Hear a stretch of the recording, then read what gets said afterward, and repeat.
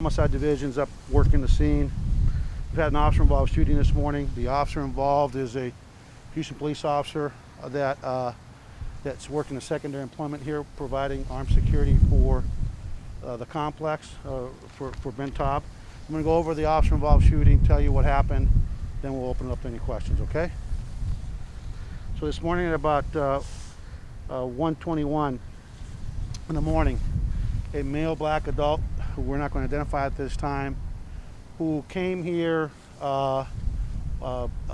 reportedly wanting to check himself in because he was in some kind of psychological distress.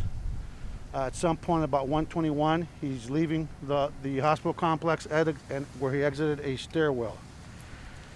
A significant part of this incident was actually captured by cameras belonging to the hospital.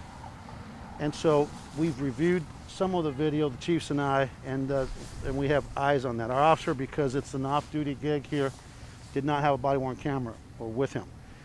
At about 1:21, the suspect is seen exiting a stairwell, goes into his truck.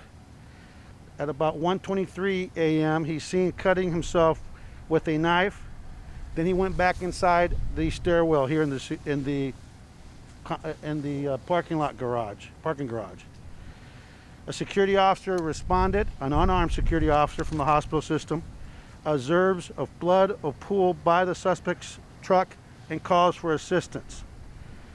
Based on this call for assistance, the HPD officer and a DPS trooper, both are in full uniform and completely identified as police officers that are working the extra jobs, started responding and started looking for the suspect. The HPD officer was in his own personal truck, again because it's a secondary employment. At about 1:35 a.m., the suspect, who was still armed with a knife, charged the HPD officer. At first, he started walking at him with the knife, and the officer started backing up, retreating, drew his service pistol, ordered the suspect to stop and drop the knife. Rather than dropping the knife and stopping, the suspect started running right at the officer, at which point the officer discharged more than one round, we believe 2 rounds, striking the suspect.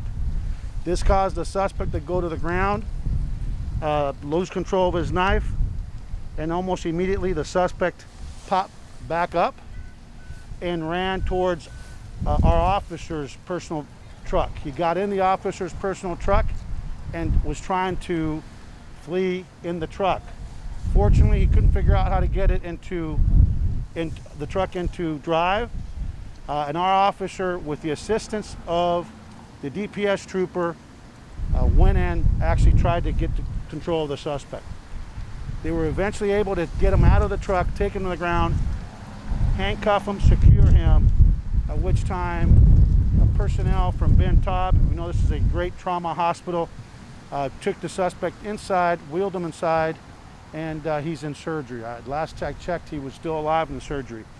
He has sustained gunshot wounds and also sustained self-inflicted cuts appears to his neck area and to his arms.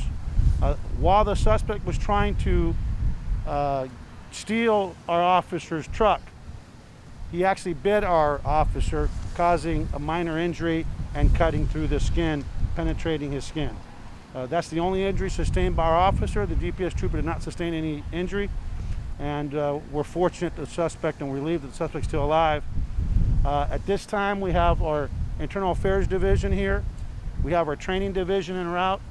We have our special investigations unit from the homicide division that will be conducting 2 investigations. One is an internal investigation by internal affairs. In our training division, we'll be looking at our tactics, any lessons learned, and obviously our special investigations unit, coupled with the district attorney's office, will be conducting a criminal investigation to be eventually presented to a grand jury. The officer will be placed on limited duty pending further investigation, but that's all we have for now. Our officer is African American, the DPS, and has 9 years on the job. He's actually, as of August, he had 9 years on the job, sworn. And our trooper is African American with 25 years on the job. with the DPS. The suspect is African American. I don't have any other details on him. We'll probably release the names of the officer later on this afternoon after he has time to do some of the things they need to do before we release names in terms of their own security and the security of their families. And so with that, I think that's all we have. We will open it up to questions, understanding that the investigation's ongoing. And that's all I've got right now. Anything in Spanish or any questions in English? I have a question. He was, knowing that he had to check himself in, he was mentally, it sounds like he was having mental issues, possibly mentally unstable. Do officers have to act differently, you know what I mean, knowing that he might have not... No, we know that now. We know that now. We didn't know that then. You have to understand that we just know that someone is, they're looking for someone that's acting peculiar. We don't have any information that the officers knew that he was tried to check himself in. Having said that, whether they know or not, when an individual's coming at you and starts charging you and starts running at you with the knife, regardless of their mental state, you still have a right to defend yourself under the state law and the Constitution. So we would have, when we know going in, we might approach things differently. The officer did what we expect him to do, which is to create distance while giving the suspect very clear commands. And I'm just grateful that the man is still alive. ¿Quieres algo en español? Yes. ¿En español? I'm with Channel 2, but... No, but you look like you could do some Spanish. Poquito. Poquito will not get it for you. I do need Spanish. Let me do Spanish real quick, and then we'll go to... Esta mañana tuvimos un oficial de la Departamento de Policía de Houston que disparó su arma de fuego como a la 1:21 a.m. Un sospechoso afroamericano, adulto, hombre que trató de... Tenemos información que trató de reportarse aquí porque tenía problemas psicológicos. Salió del hospital y empezó a cortarse su propia troca. Esto pasó como a la 1:21 a.m., salió de aquí, de las escaleras. A la 1:23 a.m., el sospechoso empezó a cortarse él mismo a sus brazos y su cuello. Un guardia del hospital de seguridad encontró mucha sangre en el suelo, en el piso, y llamó para que los oficiales de la policía de Houston y el Departamento de Seguridad Pública del DPS del Estado que están trabajando aquí, fuera como un trabajo extra, inmediatamente empezaron a buscar al sospechoso.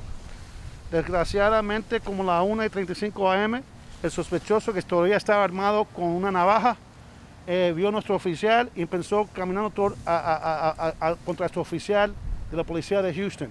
El oficial se sacó su arma de fuego, empezó a caminar para atrás y le dio orden al sospechoso que pare y suelte la navaja.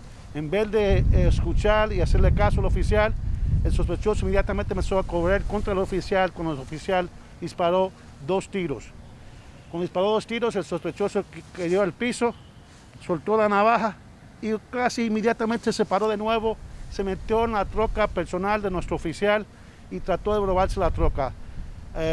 Afortunadamente tuvimos suerte que no supo cómo ponerlo en drive y los oficiales empezaron a tratar de llevarlo y arrestarlo. Cuando estaban tratando de arrestar, el sospechoso mordió a mi oficial y lo hirió. Gracias a Dios las heridas es muy menor, el oficial va a estar bien. Cuando sacaron al sospechoso, lo llevaron y lo arrestaron, inmediatamente cogieron al sospechoso, lo metieron en el hospital y ahora lo están operando y sigue vivo. Este es una desgracia, pero estamos contentos que el sospechoso todavía está vivo y ahora tenemos nuestras unidades de investigaciones internas, investigaciones especiales y el fiscal del District Attorney que están aquí, que van a investigar este caso. El oficial es afroamericano del Departamento de Policía de Houston con 9 años de servicio. El oficial del Departamento de Seguridad Pública del DPS lleva 25 años de servicio, que también es afroamericano, y el sospechoso es afroamericano y no sabemos su edad. Any other questions? What did you think watching that surveillance video, seeing all this play out? You feel sorry for everyone. I mean, you feel badly for an individual that came here reportedly trying to check himself in on some kind of emotional, psychological issue. You feel bad for our officer that's here just trying to keep people safe and try to do the right thing by creating distance. But you know, we've got a lot of innocent people here, a lot of vulnerable people here that are sitting here trying to get healthy. And the only good thing about this morning is that the suspect appears to still be alive. And I would just ask to pray for this soul that obviously has got some psychological issues. But you know, I can tell you that when the DPS trooper's exact words were, well, the officer, I won't say his name, but Officer so-and-so tried hard to not have to shoot this man, but rather than comply, as he walked up to him, he just started running at him, which at that point is when he discharged. And even after he shot, he couldn't believe it. He said it was kind of like a Walking Dead scene. The guy just all of a sudden popped up again after he'd been shot and jumps into the officer's truck, tries to steal it. Fortunately, couldn't figure out how to put it in the drive. And then he bites the officer. Even after he's stabbed himself, cut himself, and has been shot, he still got fighting him. And he said it was pretty surreal. And I think that, you know, I'm glad that you asked that question, because I think people they just see officers shoot somebody and they don't realize that these are human beings that don't come to work thinking about having to shoot an individual. For God's sakes, we're at a hospital. But it just shows you that at any given time, our officers can go from complete boredom at 1:30 in the morning to a life and death encounter. And that's just the life that they live. So we're very relieved that the individual is still alive, despite his efforts to kill himself and to force the officer to shoot him by running at him with that knife. And we have recovered the knife. It's covered in blood. The officer's truck's got blood all over it. A lot of blood in here from the individual, from all his cuts. But fortunately, this all happened at Ben Taub Hospital. That's got a heck of a trauma team here. And so last reports, he was still alive and in surgery, and we're very grateful for that. Anything else? Can you tell where you produced the knife from?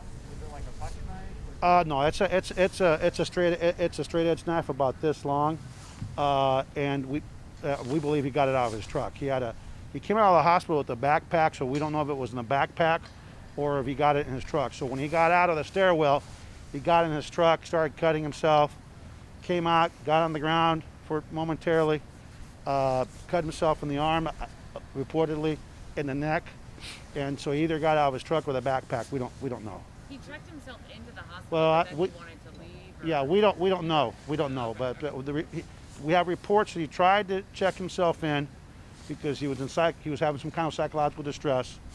At some point, he comes back out, gets in his own truck, starts stabbing himself, cutting himself,